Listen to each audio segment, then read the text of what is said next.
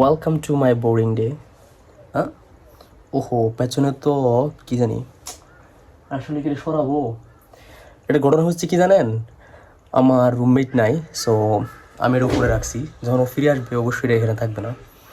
মানে সরে আর কি, অলরেডি ভিডিও করে ফেলছি। যাক, শুরু করা যাক। কি কোনো পরিবর্তন লক্ষ্য করতে পারতেছেন? পানির পাত্র না, টি শার্টটা চেঞ্জ করছি। কারণ কি জানেন, কারণ আমি যাবো এখন থুসুগুয়ানে। কারণ আজকে আমার কোনো ক্লাস নাই, যেটা করতে হবে সেটা হচ্ছে হোমওয়ার্ক। মানে অনেক হোমওয়ার্ক আছে, সবগুলো শেষ করতে হবে। সো রুমে থাকলে আমার একটা সমস্যা আছে, কি জানেন, অনেক আরাম, সহজে ঘুমায় পড়ি। কিন্তু লাইব্রেরিতে গেলে সবচেয়ে মজার বিষয় কি জানেন, অনেক মানুষ সবাই পড়াশোনা করতেছে, আমিও পড়াশোনা করি। চলুন আজকে আপনাদেরকে দেখাই আমার ইউনিভার্সিটির লাইব্রেরি কেমন এবং সারাদিন পোলাপান কেমনে পড়াশোনা করে। Let's go. আজকে তাপমাত্রা হচ্ছে বেজিকে 28, কিন্তু আমার কাছে মনে হচ্ছে অনেক ঠান্ডা। কারণ এখন খুব তাড়াতাড়ি ঠান্ডার দিন আসে পড়তেছে বেজিংয়ে। ও আমার ঠান্ডা মনে হয় না আমি সহ্য করতে পারি, অসম্ভব খারাপ লাগে হচ্ছে আমার কাছে ঠান্ডা। এটা হচ্ছে আজকে বাইরের আবহাওয়া，来，重新来。你给我看那个表情。那不可能，那不可能。房间好了，不让那个录下来。OK সো হচ্ছে আমার ডরমেটরিতে একজন কাজ, আমার ডরমেটরিতে হচ্ছে আপনার তোর একটা কেয়ারটেকারের মতো। সো মানে আমি যেখানে থাকি এখানে বিষয় হচ্ছে সে আমার সাথে খুবই মজা করে। সো একটা মজা করে ওর একটা আছে কি বলে, একটা ফেশিয়াল এক্সপ্রেশন আছে ওটা এরকম, মানে টেরা মানুষের মতো আমরা দুজনে গেম খেলি, মানে আমি একটা দুষ্টামি করি আর কি।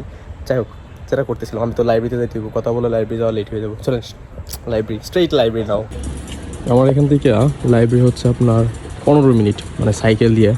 সো প্রত্যেক দিনের মতো আজকেও একটা ফ্রি বাইসাইকেল নিব এবং 15 মিনিট বাইসাইকেল দিয়ে যাব।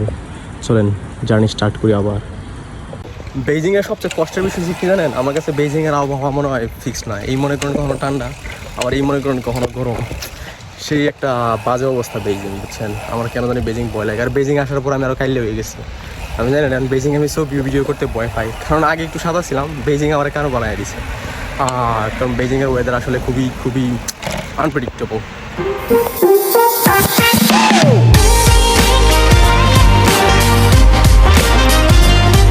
হচ্ছে প্লেগ্রাউন্ড, অনেকে খেলতেছে।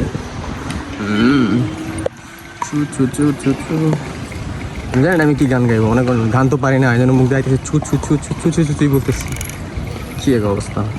এই যে ডর্ম যেটা দেখতেছেন, এটা হচ্ছে মনে করেন চাইনিজের জন্য, চাইনিজরা এখানে থাকে।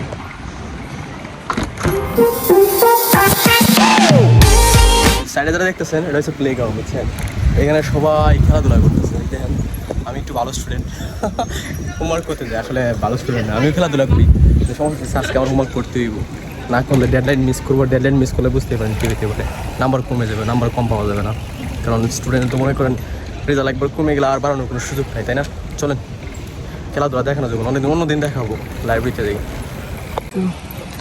ও আসলে আমার ইউনিভার্সিটি ক্যাম্পাস অনেক সুন্দর।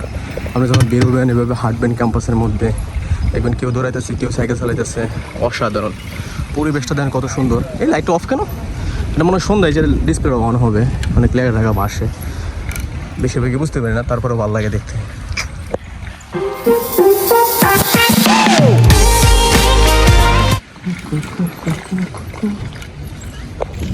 কি মজা লাগতেছে না দেখতে? আমি জানি না মজা লাগতেছে কিনা। আপনি যদি এখনো থাকেন তাহলে আপনার ধৈর্য আছে, আমি ধরে নিই। আপনি আমার বোরিং লাইফের মধ্যে ঢুকে গেছেন, তারপরে আপনাকে ছোট্ট একটা ধন্যবাদ দিই, থ্যাংক ইউ। হাজার হাজার সাইকেল, ও সাথে সুন্দর পরিবেশ। ও বাচ্চা ব্যাডমিন্টন খেলতে যাচ্ছিল, নো সরি ব্যাডমিন্টন কিনা যায় না হয়তো বা ব্যাট বল, নো আইডিয়া। বিল্ডিংগুলো অনেক সুন্দর, কুকু কুকু কু। এটা কিন্তু একটু ল্যাগ, বুঝছেন, শুধু ময়লার ফ্লোর ঠিক রাখার জন্য।